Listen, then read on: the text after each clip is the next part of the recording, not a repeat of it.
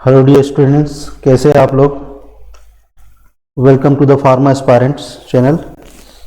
बेटा last class में अपन ने देख लिया था कोगुलेंट और एंटी कोगुलेंट देख लिया था, ठीक है, जिसमें एनिसिंडाइन, वारफेरिन ने हमें एक चीज़ बताई थी कि इसको सेकंड वर्ल्ड वॉर में यूज़ किया था। हाँ, इसको as a anticoagulant use नहीं किया था, इसको क्या किस लिए यूज़ किया था, रेड पॉइजन के रूप में यूज़ किया था, ठीक है। तो ऐसी नॉलेज के लिए बता दिया था हमने उस बार भी, ठीक है। आज अपन डिस्कस करेंगे बेटा drug used in congestive heart failure. अब स्ट्रक्चर इसमें बड़े हैं लेकिन बहुत इजी है, ठीक है। हेडिंग डालिएगा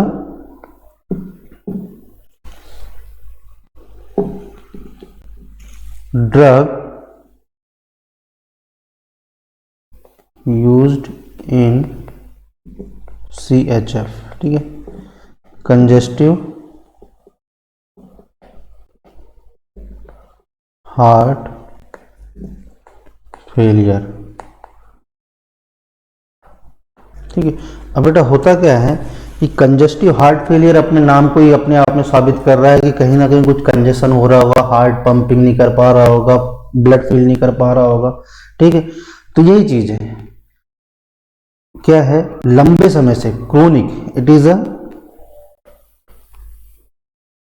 is a condition in which heart does not able to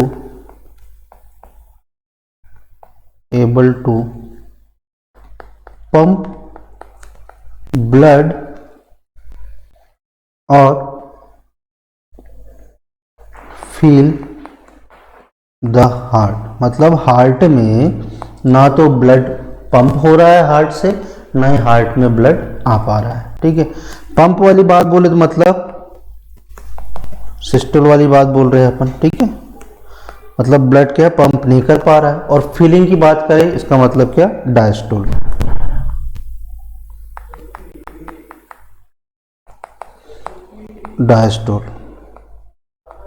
ठीक है। तो ये सिस्टोल और डायस्टोल दोनों कंडीशन खराब हो रही है अपने हार्ट की, इसलिए क्या हो रहा है, CHF, ठीक है।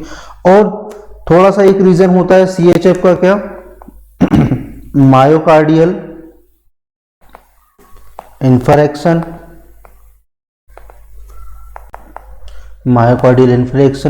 वेंट्रिकुलर फिब्रिलेशन,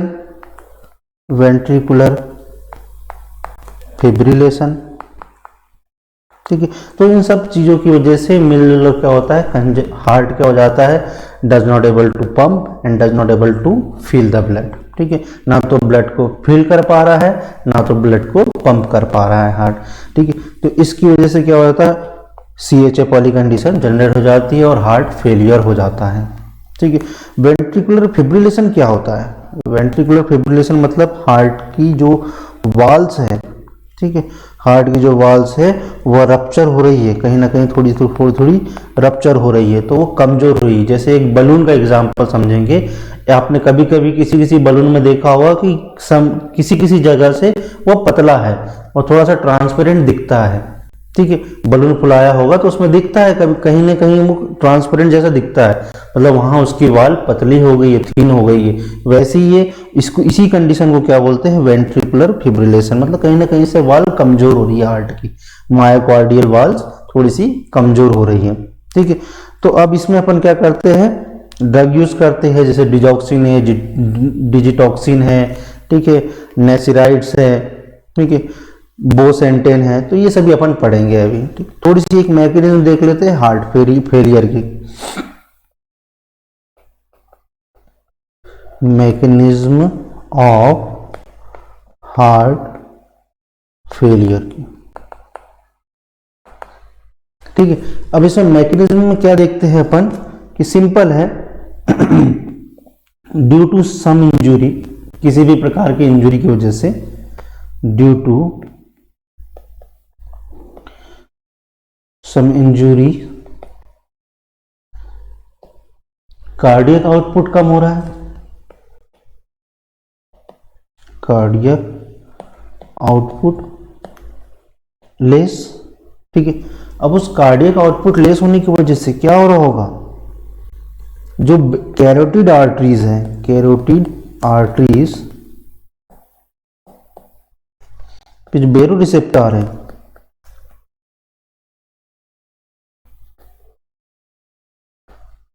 वो स्टिमुलेट हो रहे होंगे।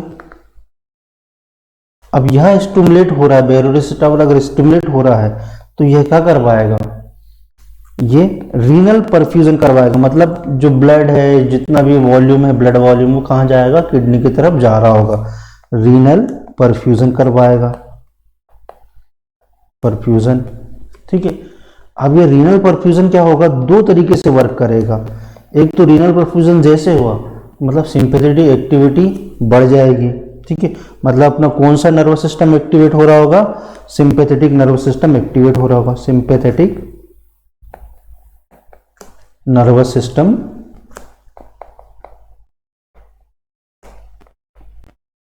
एक्टिवेट हो रहा होगा। इसकी वजह से इधर साइड बाय साइड क्या चलेगा, रास सिस्टम भी स्टिमुलेट हो रहा होगा, एक्टिवेट हो रहा होगा। रास मतलब रेनिन एंजियोटेंसिन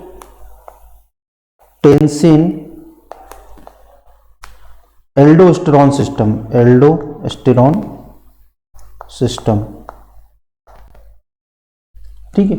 ये क्या है, रास है, रेनिन एंजियोटेंसिन एल्डोस्टेरॉन सिस्टम। अब सिंपैथेटिक नर्वस सिस्टम एक्टिवेट हुआ तो क्या हो जाएगा, कार्डियक आउटपुट बढ़ने लगेगा, आउटपुट बढ़ने लगेगा। इंक्रीजेस लिख देता है, ये इंक्रीजेस का साइन, इंक्रीजेस लिख देते हैं बेटा क्लियरली। ठीक है। अब जैसे ये इंक्रीज होगा तो कहीं ना कहीं हार्ट पे प्रेशर जनरेट होगा, प्रेशर जनरेट होगा, जिसकी वजह से जो हमारा जो वो हुआ था, वेंट्रिकुलर फिब्रेशन हुआ था, जो लेफ्ट वेंट्रिकल जो था, लेफ्ट वेंट्रिकल जो फिब्रिलेशन था ना लेफ्ट वेंट्रिकल में, वो एकदम से जैसे उसको प्रेशर पड़ रहा है, तो प्रेशर पड़ेगा तो और भी खराब हो जाएगा, तो उसकी स्थिति और भी वर्स्ट हो जाएगी, वर्स्ट। ठीक है। जैसे वो वर्ष होगा तो ये रिजल्ट क्या करेगा, हार्ट फेलियर को रिजल्ट करेगा। ठीक है, हार्ट फेलियर। ठीक है। यहां पे भी रेनिन एंजियोटेंसिन जैसे सिस्टम बढ़ेगा, वह भी क्या करेगा, वेसो कॉन्स्ट्रिक्शन करवा के, वेसो कॉन्स्ट्रिक्शन करवा के, वेसो कॉन्स्ट्रिक्शन जैसे होगा तो क्या होगा, लेफ्ट वेंट्रिकल की कंडीशन और खराब हो जाएगी, और वो क्या, वो रिजल्ट किस में होगा, resulting in the heart failure, in the heart failure. ठीक है। आई बात समझ, सिंपल है।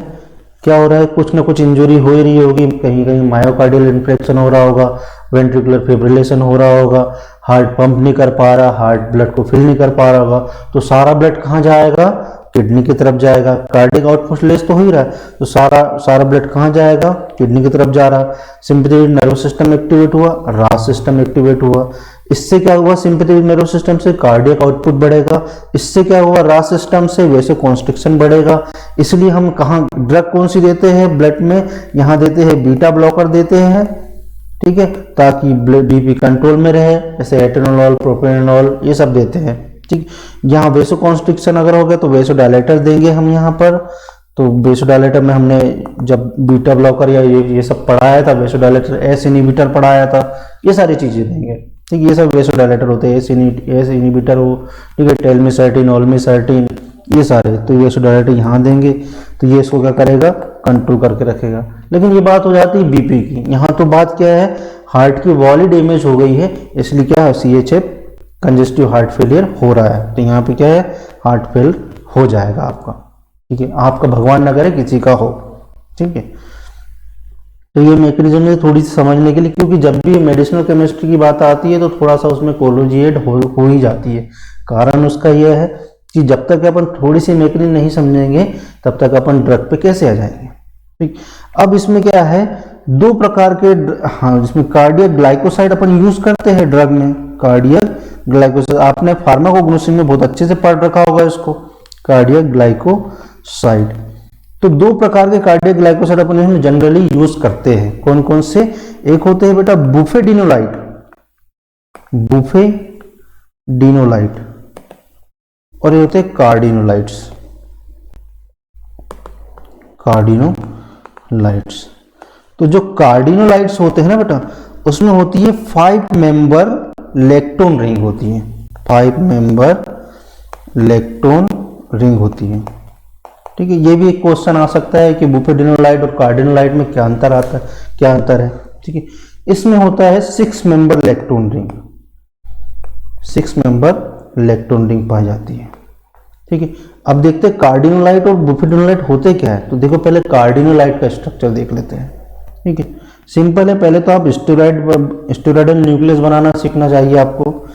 देखो दो ये बना ली साइक्लोहेक्सेन, उसके ऊपर क्या बना दिया, फिनेंथ्रीन जैसा स्ट्रक्चर, उसके पास क्या लगा दिया, साइक्लोपेंटेन। ठीक है, यहां पे एक OH लगा दो, यहां एक मिथाइल, यहां एक मिथाइल लगा दो, यहां एक मिथाइल लगा दो, और ये साइक्लो ये लगे। ठीक है, ये बन जाएगा बेटा आपका, ये 5 मेंबर इलेक्ट्रॉन रिंग है, ये 5 मेंबर इलेक्ट्रॉन रिंग। देखो जब भी डबल बॉन्ड वो इस तरह से रहता है, साइक्लिक फॉर्म में रहता है, उसको बोलते हैं लेक्टोन। ठीक है, तो इसको बोलेंगे लेक्टोन रिंग। तो ये 5 मेंबर इलेक्ट्रॉन रिंग हो गई, और ये होते इस पूरे स्ट्रक्चर को बोला जाता है बेटा कार्डिनोलाइट्स। ठीक है, कार्डिनोलाइट। अब जैसे नंबरिंग की बात करते हैं, तो नंबरिंग हम हमेशा कहां से स्टार्ट करते हैं, कॉर्नर से स्टार्ट करते हैं। और जैसा कि हमने हमेशा पहले लेक्चर में, प्रीवियस लेक्चर में यही यूज किया है कि जो फ्यूज्ड कार्बन की नंबरिंग होती है वह स्टेरॉयडल न्यूक्लियस में की जाती है। ठीक है, तो यहां देखना 1 2 3 4, अभी फ्यूज कार्बन है लेकिन इसको भी अपन नंबरिंग देंगे 5 6 7 8 9 10। ये 11 नहीं होगा, ये 11 12 13 14 15 16 17। तो 17 कार्बन का जो न्यूक्लियस होता है, स्केलेटन होता है, वह क्या कहलाता है, स्टेरॉयडल न्यूक्लियस कहलाता है। ठीक है, यहां पे देखना ये 17 हो गया, ये होता है 18 और ये होता है 19। ठीक, 19 20, ठीक है, 21 22 23। तो यह भी क्वेश्चन आता है कि कार्डिनोलाइट्स में कितने कार्बन होते हैं, तो 23 कार्बन होते हैं। बुफेडिनोलाइट में कितने कार्बन होते हैं, 24 होते हैं। ठीक है, तो ये एक तो सिंपल फंडा है ये। अब 5वीं पोजीशन पे जो होता है H होगा, और यह CH3 है 10वीं पोजीशन पे। 10वीं पोजीशन पे लगा ना CH3, ये तो 18 है, यहाँ पे इसको तो अपन 18 कार्बन मानते हैं, लेकिन ये 10वीं पोजीशन पे है। तो अपन यहाँ पे अगर यह बीटा है, ये CH और ये H दोनों बीटा है, तो इसको बोलते हैं सिस। अगर दोनों में से कोई एक अल्फा हो जाए तो ट्रांस कहलाता है। मतलब 5वीं एंड 10th पोजीशन अगर बीटा है, बीटा है मतलब अबव द प्लेन है। ठीक है, देखो किसी भी कंपाउंड को अपन प्लेन पोलराइज्ड लाइट में अगर वो रख रहे हैं, तो अगर वो विद इन द प्लेन है तो ये नॉर्मल लाइन खींचते हैं। ठीक है, अगर वो अबव द प्लेन है तो उसको अपन ऐसे खींचते हैं डार्क से। अगर वो बिलो द प्लेन है तो अपन उसको ऐसे डैश बनाते हैं। ठीक है, तो यहाँ पे देखना, अगर ये 5 और 10 बीटा रिप्रेजेंट होता है तो उसको बोलते हैं सिस। अगर 5 या 10 में से कोई भी अल्फा पोजीशन रिप्रेजेंट करे तो क्या कहलाएगा, ट्रांस। ठीक है, तो ये इतने डीप में जाने की जरूरत नहीं, बस आपके नॉलेज के लिए बता दिया। 5 और 10 अगर होता है, बीटा होता है, तो उसको अपन सिस कंपाउंड कहते हैं। ठीक है, अब ऐसे ही बुफेडिनोलाइट में क्या होता है, बुफेडिनोलाइट्स। ठीक है, बुफेडिनोलाइट में क्या है कि सेम स्ट्रक्चर रहेगा,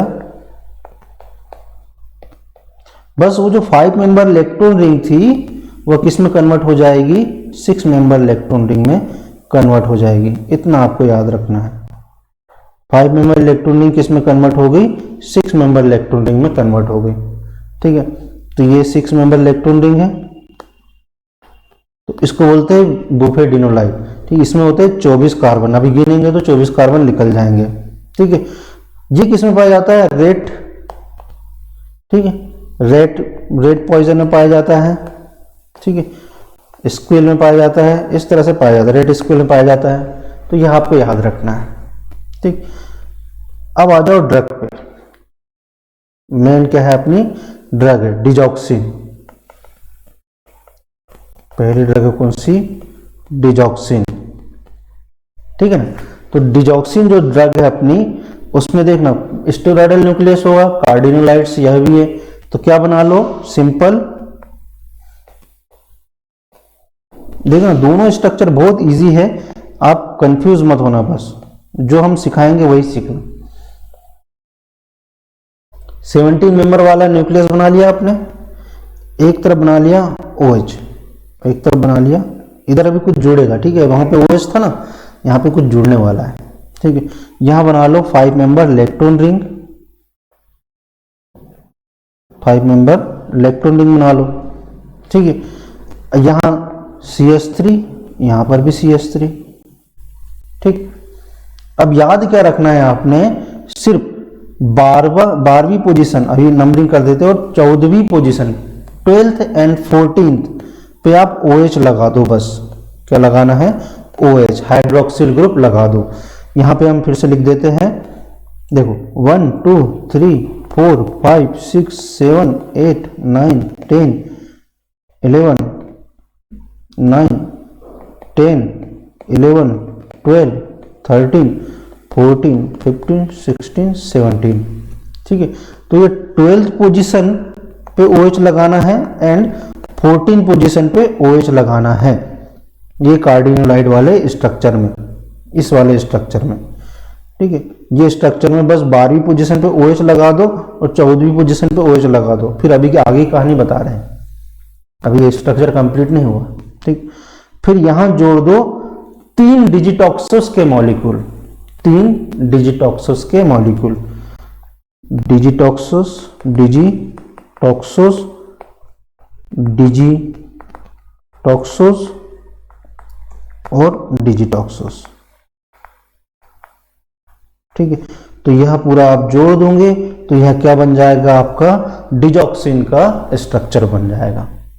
ठीक है, तो यही है भैया डिजॉक्सिन का स्ट्रक्चर। अब डिजिटॉक्सोस क्या होता है? डिजिटॉक्सोस यह स्ट्रक्चर बेटा,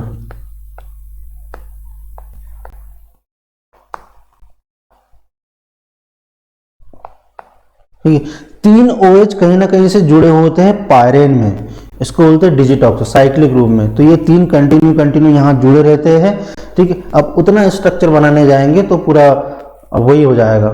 ठीक है, तो अपन ये सिंपल है, डिजिटॉक्सोस लिख दो और यहाँ पे 14 पोजीशन पे और 12th पोजीशन पे आप लगा दो हाइड्रोक्सिल ग्रुप, यहाँ पे लगा दो OH। ठीक है, तो ये बन जाएगा क्या? डिजॉक्सिन। ठीक है, क्या बन जाएगा? डिजॉक्सिन। और इसी का उल्टा क्या है? इसी का सिंपल रूप है डिजिटॉक्सिन, इसी का सिंपल रूप है डिजिटॉक्सिन। क्या करना है उसमें? डिजिटॉक्सिन में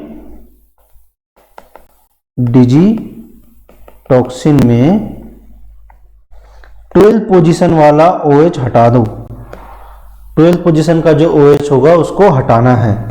ठीक है, 14 वाला रहने देना और 12th वाला हटा देना, तो उसको बोलेंगे डिजिटॉक्सिन। बस सिंपल है, एक ही ड्रग। ठीक है, डिजॉक्सिन बना लिया था अपन ने, डिजॉक्सिन के ही जैसा क्या है? यह है।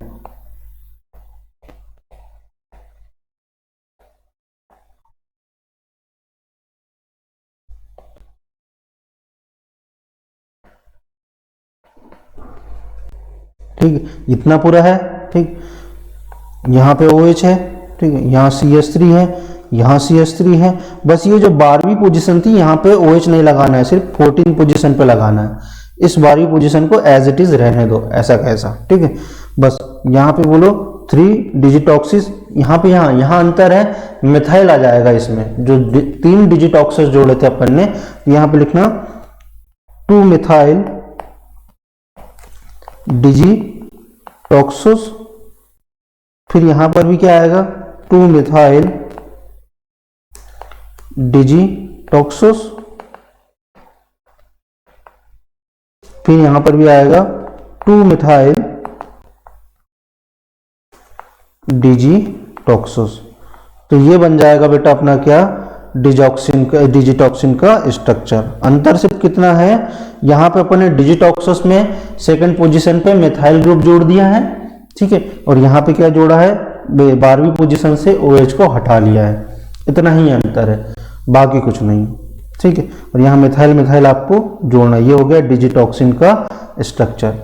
अब थोड़ा सा इसमें ACR वाला जो फंडा आता है वह देख लेते हैं। जो जितने भी कार्डियक ग्लाइकोसाइड होते हैं ना, उसमें अपन क्या बोलते हैं, 2 तरह के स्ट्रक्चर होते हैं, एक ग्लाइकोन पार्ट और एक ग्लाइकोन पार्ट। कार्डियक ग्लाइकोसाइड किससे मिलकर बना होता है, ग्लाइकोसाइड किससे मिलकर बना होता है, एक ग्लाइकोन पार्ट से प्लस एक ग्लाइकोन पार्ट से, दोनों वही लिख दिया हमने, तो ग्लाइकोन पार्ट, ठीक है। मतलब एक ग्लाइकोन पार्ट को ही क्या बोलते हैं, जेनाइन पार्ट, जेनिन, या जैसे बोलते हैं डिजॉक्सीजेनिन, डिजिटॉक्सीजेनिन, तो जेनिन पार्ट है, ठीक है। ग्लाइकोन पार्ट मतलब शुगर पार्ट, शुगर पार्ट। तो ये 2 से मिलकर बना रहता है को क्या, अपना पूरा कार्डियक ग्लाइकोसाइड। देखते हैं कैसे।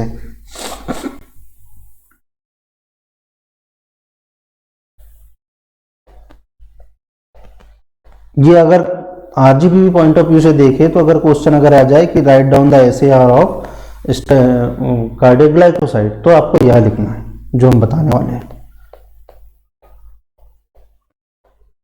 ठीक है। ये लिख दिया आपने, ये CH3 यहां जोड़ दो, ये CH3 यहां जोड़ दो, और ये OH है, ठीक है। यहां OH से कुछ ना कुछ क्या जुड़ा रहेगा, शुगर वाला पार्ट जुड़ा रहेगा, तो यहां शुगर वाला पार्ट लिख देते हैं, ठीक है। अब शुगर कौन सी होती है, इस पार्ट को बोलते हैं बेटा ए ग्लाइकोन पार्ट, ए ग्लाइकोन पार्ट, ठीक है। उसी को बोलते हैं जेनाइन पार्ट या जेनिन पार्ट, ठीक है। और इसको शुगर वाले पोर्शन को बोलते हैं ग्लाइकोन वाला पार्ट, ग्लाइकोन पार्ट, ठीक है। इतनी सी बात थी इसमें। तो यहां पे देखना, ये शुगर वाला पोर्शन जो है वो किसके लिए रिस्पॉन्सिबल होता है, द ग्लाइकोन पार्ट लिखना इसमें, the ग्लाइकोन part, ग्लाइकोन part responsible for the glycone part responsible for solubility, cell permeability,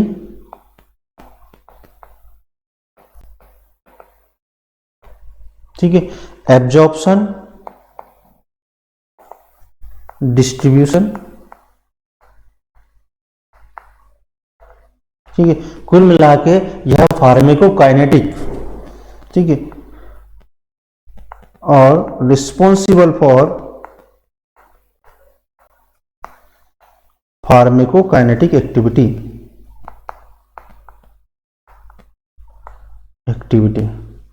ठीक है। तो ग्लाइकोन पार्ट किसके लिए रिस्पॉन्सिबल होता है, सॉल्युबिलिटी के लिए, सेल परमिबिलिटी के लिए, डिस्ट्रीब्यूशन के लिए, एब्जॉर्प्शन के लिए, ठीक है। मेटाबॉलिज्म में भी एक ग्लाइकोन पार्ट रिस्पॉन्सिबल होगा उसके लिए, ठीक। दूसरा, इसमें 1,4 बीटा ग्लाइकोसिडिक बॉन्ड पाया जाता है, ग्लाइकोसाइडिक बॉन्ड पाया जाता है। कौन सा बॉन्ड पाया जाता है, 1,4 बीटा ग्लाइकोसाइडिक बॉन्ड। अब 1,4 बीटा क्यों बोल रहे हैं, उसका भी एक रीजन है, कारण है। देखो अपन ने क्या पढ़ा था, डिजिटॉक्सिस, तो इसमें जो शुगर वाला पार्ट होता है, ठीक है, कोई भी कंपाउंड हो, चाहे स्ट्रोपेंथिस हो, चाहे स्क्विल हो, चाहे आपका कार्डियोलेनेटोसाइड ए हो, बी हो, सी हो, ठीक है, चाहे परप्यूरोसाइड ए हो, बी हो, सी हो, चाहे आपका डिजॉक्सिन हो, डिजिटॉक्सिन हो, जिटेलोजेनिन हो, जिटॉक्सिन हो, कुछ भी हो, आपके सिलेबस में इतनी सारे ड्रग नहीं है, ठीक है, कुछ भी हो। तो यहाँ शुगर पार्ट में ये तीन चीजें होगी, या तो डिजिटॉक्सिस होगा, ठीक है, या तो डी ग्लूकोज होगा, या तो साइमनोज होगा, या तो रेमनोज होगा, ठीक है, रेमनोज शुगर होगी। ये 4 प्रकार की शुगर ही पाई जाएगी किसी में भी, चाहे डिजिटॉक्सिस हो, डी ग्लूकोज हो, साइमनोज हो और रेमनोज हो। ये 4 प्रकार की शुगर पाई जाएगी ग्लाइकोन पार्ट में, ठीक है, इसलिए इसको ग्लाइकोन पार्ट ही कहा जाता है, ठीक। अब आ जाते हैं ए ग्लाइकोन पार्ट किसके लिए रिस्पॉन्सिबल होगा। तीसरा पॉइंट लिखना, aglycone part is responsible for pharmacological activity. मतलब यहां कहीं ना कहीं उसके एक्शन की बात कर रही है, ड्रग के एक्शन की बात कर रही है, ठीक है। अगर पॉलीहाइड्रोक्सी ग्रुप जोड़ दिए जाए ए ग्लाइकोन पार्ट पर, जैसे वो ए ग्लाइकोन पार्ट था ना इस तरह का, इस पे अगर पॉलीहाइड्रोक्सी ग्रुप जोड़ दिया जाए, इधर भी OH लगा दो, इधर भी, जैसे आप स्ट्रोपेंथस का स्ट्रक्चर देखोगे बुक में, सिलेबस में तो है नहीं, लेकिन अगर बुक में देखते हो तो उसमें 5-6 पॉलीहाइड्रोक्सी ग्रुप लगे रहेंगे, मतलब 6-7 हाइड्रोक्सिल ग्रुप लगे रहेंगे। इसका मतलब उसका मेटाबॉलिज्म जल्दी होगा, ठीक है, उसका ऑनसेट ऑफ एक्शन जल्दी होगा, ठीक है। तो इफ, ये मिटा देना बेटा, इफ पॉलीहाइड्रोक्सी ग्रुप मतलब ढेर सारे हाइड्रोक्सिल ग्रुप एक ग्लाइकोन पार्ट पे लगे रहे, attached to the aglycone part,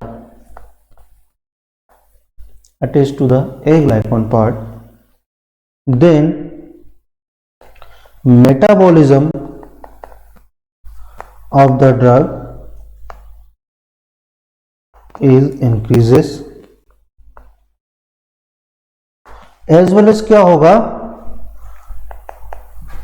duration of action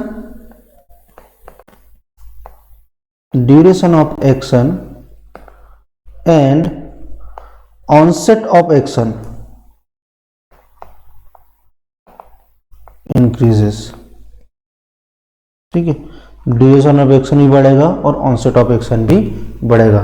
तो यह तो था अपना कार्डियक ग्लाइकोसाइड और इसका ACR थोड़ा सा, ठीक है, इतना ही लिखना है, इतने में आपका एग्जामिनर खुश हो जाएगा, ठीक, क्योंकि इतना ही लिखना और इतना ही पता होना स्टूडेंट के तौर पे ये बड़ी बात होती है, ठीक है।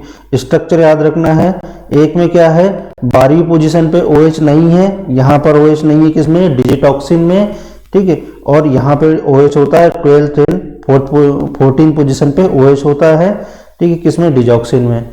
फिर ये शुगर वाली बात करें तो यहाँ डिजिटॉक्सोस लगा हुआ है और इसमें 2-मेथाइल डिजिटॉक्सोस लगा हुआ होता है, ठीक है।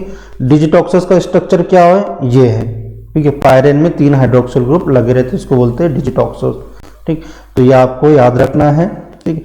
अगली ड्रग आती है आपकी बोसेंटेन, कार्डियक ग्लाइकोसाइड में, ये इसमें CHF में, कंजस्टिव हार्ट फेलियर में एक ड्रग आती है बोसेंटेन, इसको बोलते हैं सल्फोनामाइड डेरिवेटिव, ठीक है, बोसेंटेन। तीसरी ड्रग है बेटा बोसेंटेन। अब बेटा बोसेंटेन और टेजोसेंटेन, ये 2 ड्रग है जो एक जैसे स्ट्रक्चर रहता है इनका, ठीक है, देख लेना, स्ट्रक्चर देख के घबराना नहीं बेटा, ठीक है, अभी समझा रहे, समझना अच्छे से। देखिए आप सबसे पहले बोसेंटेन में नाम से समझ में नहीं आ रहा कि क्या स्ट्रक्चर होगा, ठीक, और बिल्कुल भी समझ में नहीं आ रहा कि BO है, SENT है, क्या होगा समझ में नहीं है, ठीक। देखिए अब जैसा बना रहे हैं ना, सबसे पहले बना लो पायरिमिडीन। भाई पायरिमिडीन का स्ट्रक्चर तो आता है हमें बनाना, पायरिमिडीन बना लो, ठीक है, पायरिमिडीन बना लिया, ठीक। अब इससे एक और पायरिमिडीन जोड़ दो,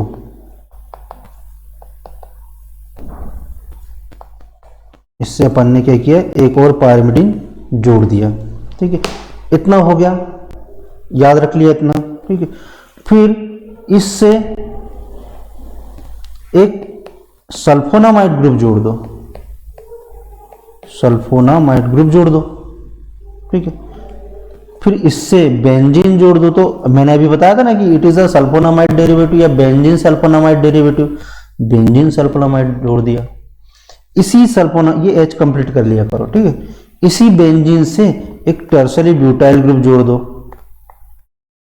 मतलब 3 CH3 इसी पे लगा दो, ठीक। फिर यहां से एक 2-मेथॉक्सी फिनाइल जोड़ दो, 2-मेथॉक्सी फिनाइल जोड़ दो, ठीक है। यहां पे एक एथॉक्सी इथाइल जोड़ दो,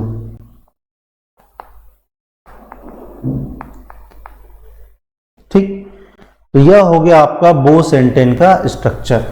क्या है? बोसेंटेन का स्ट्रक्चर हो गया, ठीक है।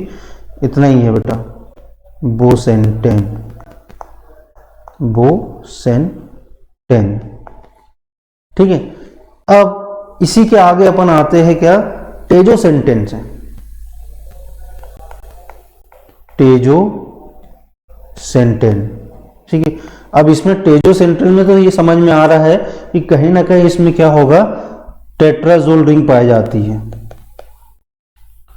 टेट्राजोल रिंग पाई जाएंगी, ठीक है, ठीक है। इतना याद रखना है आपको, टेट्राजोल रिंग पाई जाती है।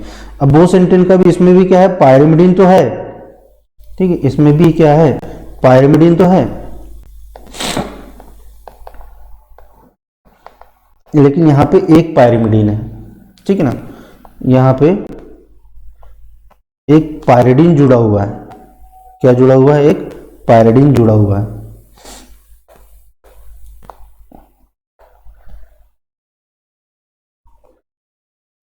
एक पायरिडीन रिंग जुड़ गई यहां पे, ठीक है। अब इस पायरिडीन से ये जुड़ा हुआ बेटा टेट्राजोल, टेट्राजोल मतलब 4 नाइट्रोजन जुड़ी हुई है, ठीक है ना।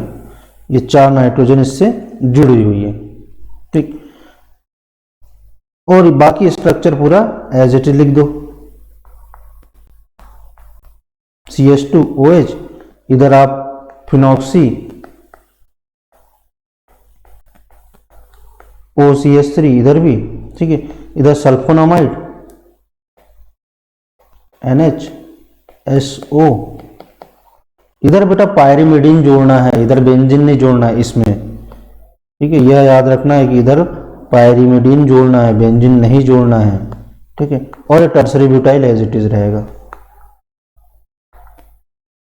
ठीक। तो ये हो गया बेटा टेजोसेंटेन का स्ट्रक्चर। इसका आईयूपीएसी नेम अपन बता देंगे, डिस्कस कर लेंगे, टेंशन मत लो, जब हम नोट्स भेजेंगे उसमें डिस्कस कर लेंगे, ठीक है। अब एक ड्रग आती है नेसरीटाइड, नेसरीटाइड, नेसरीटाइड या नेसरीटाइड भी हो सकता है, ठीक है, नेसरीटाइड। तो बेटा यह इतना याद रखना कि यह क्या है, 32 अमीनो एसिड का रिकॉम्बिनेंट बना हुआ है, ठीक है। Recombinant form of 32 amino acid, ठीक है। जिसमें रिकॉम्बिनेंट मतलब अमीनो एसिड वही है, सबको कंबाइन कर लिया, 32 अमीनो एसिड का मिक्सर बना लिया और उसको अपन ने एज अ ड्रग यूज कर रहे हैं, ठीक है। ये क्या करती है, beta natriuretic peptide, beta natriuretic peptide, short form में क्या है बेटा, इसको बोलते हैं BNPV बोलते हैं, ठीक है, BNPV बोलते हैं, ठीक है। It is a beta natriuretic peptide. तो हो सकता है कहीं से क्वेश्चन आ जाए कि which one is a beta natriuretic peptide drug, तो आपको नेसरीटाइड का एग्जांपल लिखना है। किसमें आती है, कार्डियो कंजेस्टिव हार्ट फेलियर में, CHF की ड्रग है, ठीक है। अब इसमें एक ही चीज है बेटा, 32 अमीनो एसिड तो बनाएंगे नहीं, बस ये याद रखना कि एक सिस्टीन, इधर मैथ्योनिन है, ठीक है। अच्छा, बुक में आप अभी कंफ्यूज मत होना, बुक में जैसे MET दिया हुआ है, ठीक है, LYS दिया हुआ है, तो भाई MET मतलब मैथ्योनिन ही होगा, ठीक है, मैथ्योनिन होगा। LYS दिया मतलब लाइसिन होगा, तो उसमें कंफ्यूजन मत होना कि ये क्या लिखा है, MET क्यों लिखा है, SER लिखा हुआ है तो उसमें क्या है, सेरिन है, ठीक है। ये इसमें क्या है, मैथ्योनिन, लाइसिन, आइसोल्यूसिन, ये सब मिलकर क्या बनाते हैं, दो सिस्टीन का बॉन्ड एक दूसरे से जुड़ा रहता है, दो सिस्टीन एक दूसरे से जुड़े रहेंगे, बाकी पूरा स्ट्रक्चर कहीं ना कहीं अमीनो एसिड से मिलकर बना रहता है। Amino acid, amino acid, amino acid, amino acid, ठीक है, अमीनो एसिड, ये पूरे 32 अमीनो एसिड मिलके उसमें देखना सिस्टीन से सिस्टीन एक बॉन्ड बना हुआ है, ठीक है, उसके स्ट्रक्चर में। तो ये आपको याद रखना है कि मैथ्योनिन से स्टार्ट होगा और कहीं ना कहीं किसी अमीनो एसिड पे खत्म हो जाएगा, ठीक है। तो ये क्वेश्चन कहाँ से आएगा बेटा, जीपेट पॉइंट ऑफ व्यू से देखें तो बीटा नाइट्रोयूरेटिक पेप्टाइड से आएगा, ठीक है। कितने अमीनो एसिड होते हैं एसिटाइड में, 32 अमीनो एसिड होते हैं, क्योंकि देखो पेनिसिलिन बोल रहे हैं, उस पर इंसुलिन पे क्वेश्चन आ चुका है कि कितने अमीनो एसिड होते हैं इंसुलिन में, 51, 52, 53, 54, ठीक है। तो यह क्वेश्चन आ चुका है, ठीक। तो हो सकता है इस बार नेसेटाइड पे आएगा, ये VIMP कर दो बेटा इसको, ठीक है, क्योंकि एक क्वेश्चन आ चुका है, ठीक। तो अगला क्वेश्चन इससे बनता ही बनता है। जो टेजोसेंटेन में कौन सी रिंग पाई जाती है, टेट्राजोल रिंग पाई जाती है, यह याद रखना है, ठीक है। बोसेंटेन में कौन सी रिंग पाई जाती है, बोसेंटेन में 2 पायरिमिडिन रिंग पाई जाती है, ठीक है ना। तो यह आपको हमेशा याद रखना है। डिजॉक्सिन 1,4 बीटा ग्लाइकोसाइडिक बॉन्ड होता है, याद रखना है। शुगर पार्ट को क्या बोलते हैं, ग्लाइकोन पार्ट, और ये ग्लाइकोन पार्ट को क्या बोलते हैं, जेनाइन पार्ट बोलते हैं, ठीक। अंतर क्या है डिजॉक्सिन और डिजिटॉक्सिन में, 12th पोजीशन पर डिजिटॉक्सिन में OH नहीं होता है और डिजॉक्सिन में 12th पोजीशन पे OH होता है, तो वह याद रखना है, ठीक है। बुफेडिनोलाइट कितने कार्बन, 24 कार्बन। कार्डिनोलाइट कितने कार्बन, 23 कार्बन, ठीक है। तो ऐसा याद रखते जाओ और पढ़ते जाओ बेटा, आगे कठिन कोई चीज नहीं होती है, बस इसको थोड़ा सा रेगुलर आपको पढ़ना पड़ेगा जी। दैट्स ऑल फॉर टुडे, है ना।